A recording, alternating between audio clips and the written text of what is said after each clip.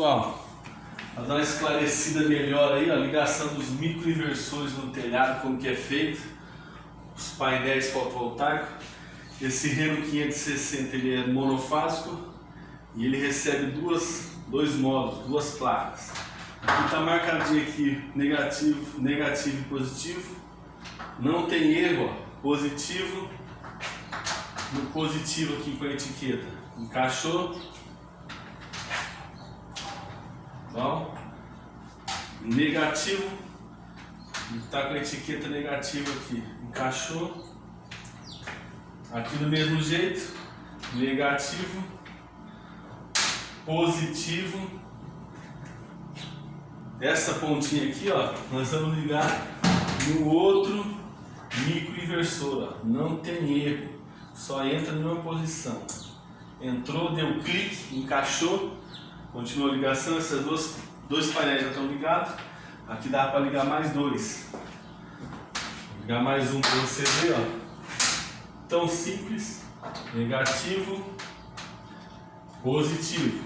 Os micros lá no telhado vai ter um trilho de alumínio, vai ter pendurado no trilho. Essa ponta ali sobrou, eu sempre falo da tampinha. Vem a tampinha para colocar na ponta que sobrou aqui, ó. Dá para colocar mais 3 microinversores. Como não tem, a gente tampa aqui. Tem até tem, não cabe aqui, né? Esse aqui vai descer para dentro da casa. Nós vamos pegar um conector que vem, colocar uma fiação nele para ele encaixar aqui. Aí vai descer fase, neutro, terra. Que esse aqui é 127. Tem microinversor 220, tem as duas fases e o terra. Desce lá para o quadro de distribuição, passa no DPS, que é esse aqui, ó, dispositivo de proteção contra surto. Chega lá no DPS,